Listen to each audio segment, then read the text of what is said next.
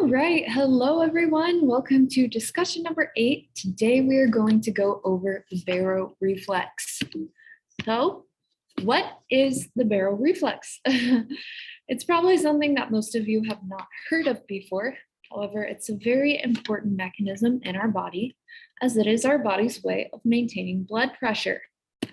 What we see is that the baroreflex works through negative feedback in baroreceptors, which are located on the aorta and carotid arteries. So we know that the aorta is the big vessel that comes out of the heart to send blood to our body, and the carotid is this artery here in our neck that you normally palpate to determine what your heart rate is. What we see is that these baroreceptors are stretch receptors. So they are stimulated by increases or decreases in stretch. So for example, if we have more stretch of our baroreceptors, what we'll see is we'll activate the cardiovascular control center, which is in the medulla oblongata. This will be stimulated to increase parasympathetic nervous system activity. This will overall decrease blood pressure. So that's just a very broad overview. However, we're going to get into the fine details of all of that coming soon. Our body has two ways of maintaining blood pressure. We can either use a fast response, which is what we're going to look at today, or the slow response, which is compensation by the kidneys. However, the fast response is what we're focused on, and it is taken out by the cardiovascular system. So we have this increase in blood volume, which will lead to an increase in blood pressure and trigger the cardiovascular system to, decrease cardiac output and vasodilate, which will overall decrease blood pressure back to normal.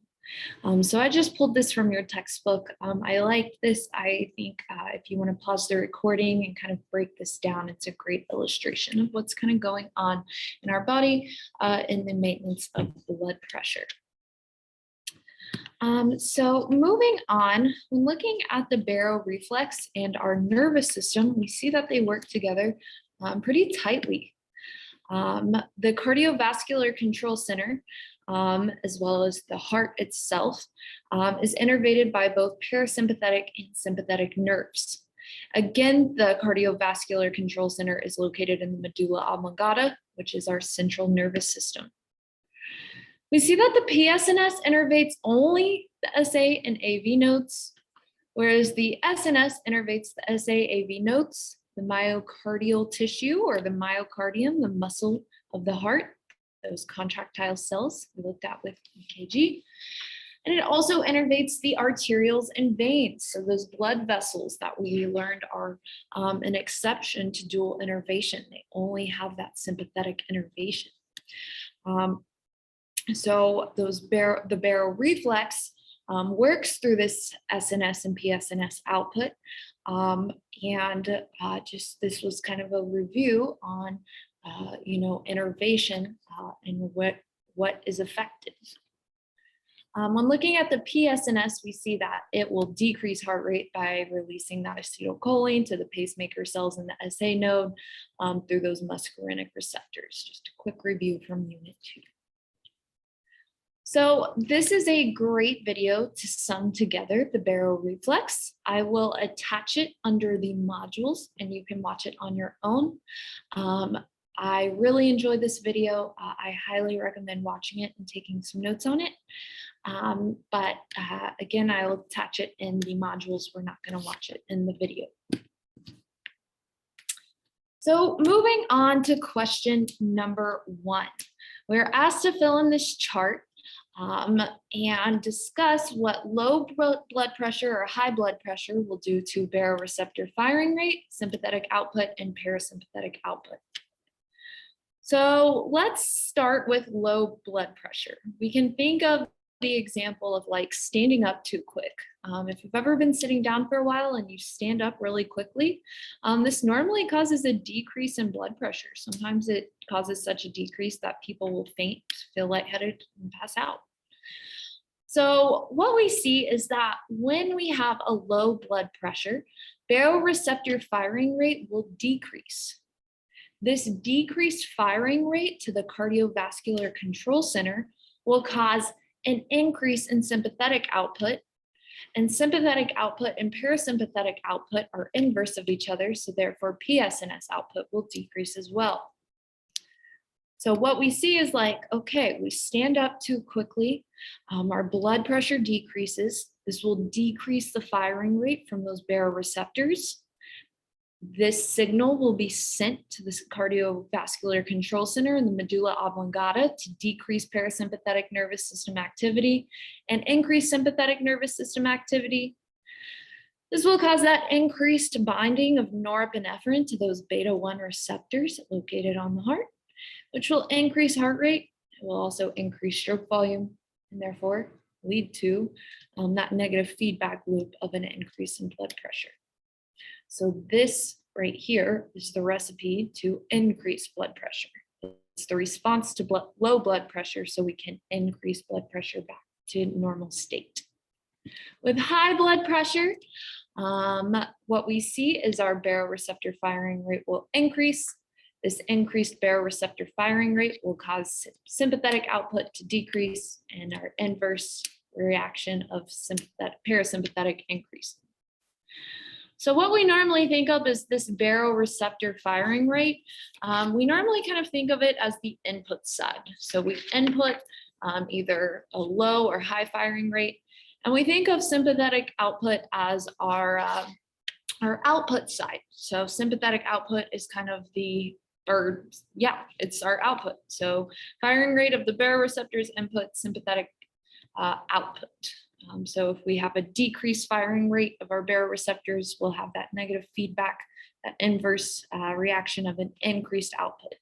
Increased input, decreased output. So they're inverse of each other. So question number 2 asks us to look at the components of the reflex whenever we have the stimulus of a blood pressure decrease. So we've kind of discussed this now or already. If you've watched the video, you've definitely discussed this. So these next couple of questions are kind of just tying together some of these things with a little bit of added information. So again, we decrease our blood pressure. Of course, the baroreceptors, the receptor that will detect this. The integrating center is the cardiovascular control center, which is located where? In the medulla oblongata. The efferent nerves, the nerves that are going to be exiting the cardiovascular system or control center to cause some type of response at, let's say, the cardiovascular, at the heart, is going to be the SNS nerves. So if we have a decrease in blood pressure, we're going to increase the signals coming from our sympathetic efferent nerves. This will affect the SA and AV node, the contractile cells of the heart, those myocardial contractile cells, which affect the myocardium, the muscular tissue of the heart, affecting how hard it pumps. And it will also affect the blood vessels, causing them to vasodilate.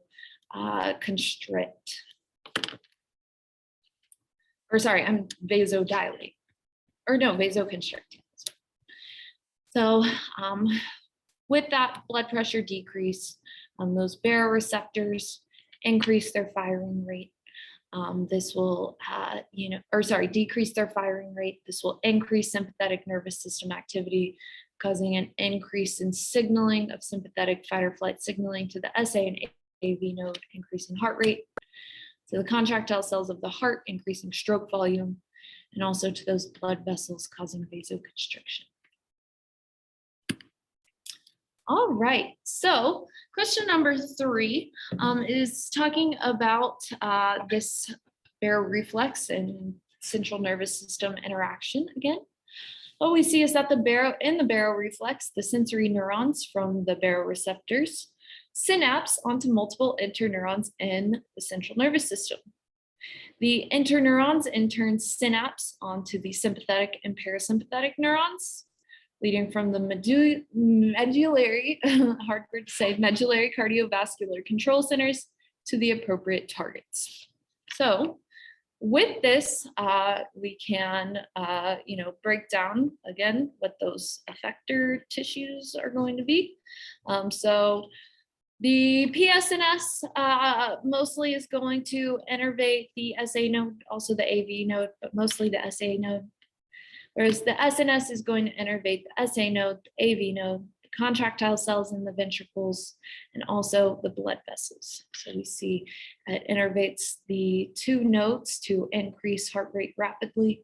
It innervates the contractile tissue, the myocardial tissue surrounding the ventricles, cause that increase in contraction, increasing stroke volume. And then it also innervates the blood vessels to cause vasoconstriction. Whereas the PSNS just innervates the SA node, only affecting heart rate. So question 4 asks us to complete the following two sentences. So what we see is that when blood pressure increases, the baroreceptor firing rate will what? We have an increase in blood pressure. This will cause the baroreceptor firing rate to increase.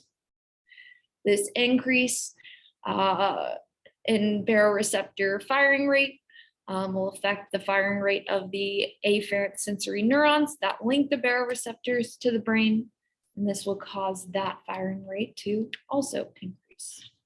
So what we see is an increase in blood pressure.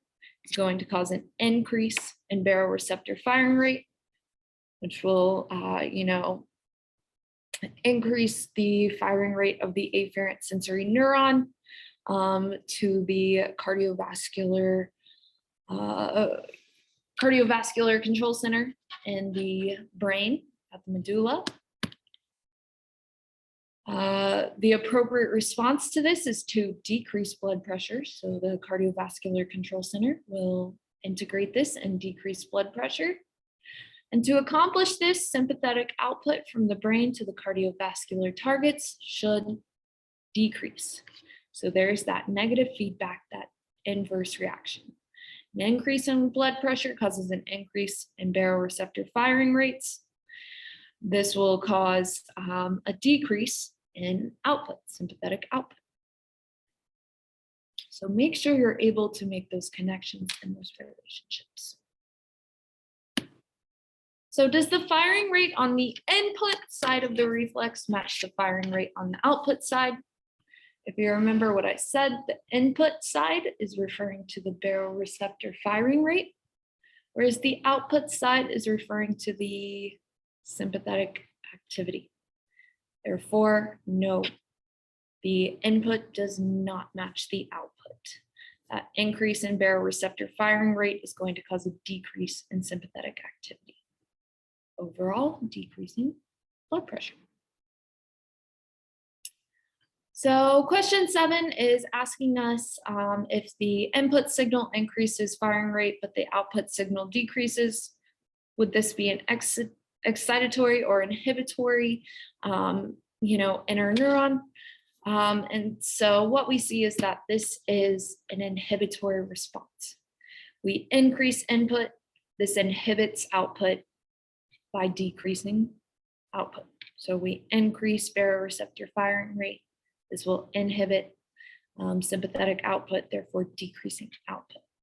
So just these questions are kind of repeating themselves just to make sure you fully grasp this context. So the last part of the discussion worksheet that we are going to go over is a case study. What we are looking at are some patients at a cardiology clinic being evaluated for a pacemaker. One patient came up and was diagnosed with Wolff-Parkinson-White syndrome, WPW for short. What we see is individuals with WPW have an additional conducting pathway between their atrium and ventricle, one atrium and one ventricle. We call this the bundle of Kent, and it conducts faster than the AV node. So the AV node is what conducts or connects our atrium and ventricles electrically. However, those with WPW have this extra little pathway called the bundle of Kent between one atrium and one ventricle, and that pathway conducts signals quicker. A little more about what WPW is. What we see is normal electrical signals start in the SA node, they go to the AV node, to the to atrium, the bundle branches into the Purkinje fibers surrounding the ventricles. Atrium are supposed to depolarize together, and the ventricles are supposed to depolarize together. However, in WPW, we have an additional pathway instead of just that AV node between the atrium and ventricles. And this leads to the two ventricles not generating action potentials at the same time. One will contract quicker than the other. So we're going to look at how we can identify this or draw this out on an ECG or an EKG. And we'll discuss, what is the difference? What's the change from normal? So this is kind of showing us, a very simplified view of what WPW can look like. The black line is showing us the WPW.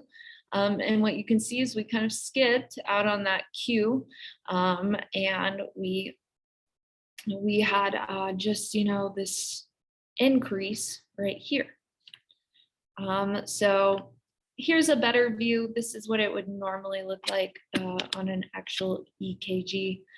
We have two R waves here. So we have kind of a missing Q, and then, or I guess honestly, how I would think of this is a Q here and a Q here. So instead of missing the Q, this picture is a little bit misleading. I would think of it as two Q peaks. So you can see we have our P wave, we have a Q wave kind of inverted there and a Q wave inverted there, then an R wave, and then our S and T. So what we see is that a way to identify this when looking at an EKG is a wider QRS complex. You can see here our normal QRS is pretty thin. With WPW, it's very wide, or those two Q peaks. So 1, 2, 1. It's not, whenever you simplify the picture and don't use a real EKG, it's kind of hard to see. That's why we have kind of two mechanisms to identify it, that wider Q or wider QRS or two Q peaks. So when talking about how this is a change from normal, what we see is that those with WPW have that accessory pathway, which we call the bundle of Kent. It communicates between the atria and ventricles, one of the atria and one of the ventricles, in addition to the AV node. Therefore, the cells in the ventricles are not going to generate action potentials at the same time, because one is being stimulated by just the AV node, where the other is being stimulated by the AV node and the bundle of Kent. So that's all I have for y'all with baroreceptors and baroreflex. It's a quick discussion, probably the quickest one we've had so far. We'll go further into it in lecture. But that's all I have for y'all today. Thank you so much for watching this. Definitely watch that video I attached under the modules, and I will see y'all later. Bye.